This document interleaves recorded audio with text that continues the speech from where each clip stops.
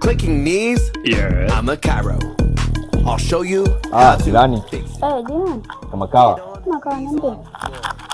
Sasa cha kuambia jirani hapa. Mimi na kipengele. Afu hicho kipengele kwa kisovu itakuwa unyama sana. Nilikuwa nasema kwamba wifi yako ilikuwa aje. Lakini sasa kwa bahati mbaya wifi yako kwa mazingira fulani hivi ya safari amepata. Kwa hiyo wifi yako amepata uzuru. Umeona? Ila yeye kama angekuja ndani mimi nilikuwa na 70,000 ilikuwa namkashia. Sasa mimi niko vibaya afu sielewi mwanzini wala labda diswanga. Unajua? Sasa nikasema jirani yangu wewe upo, kama itawezekana niongee na wewe vizuri. Ile 70,000 ambayo wifi yako alikuwa aje ichukue upe wewe. Kwa hiyo nataka kumaanisha nini hapo? Mbona sijakuelewa.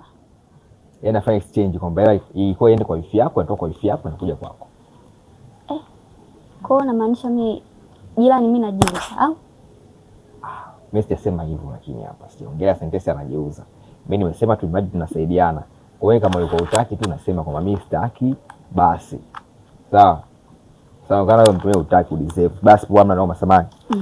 Jirani. Ile 70,000 sipo keshi.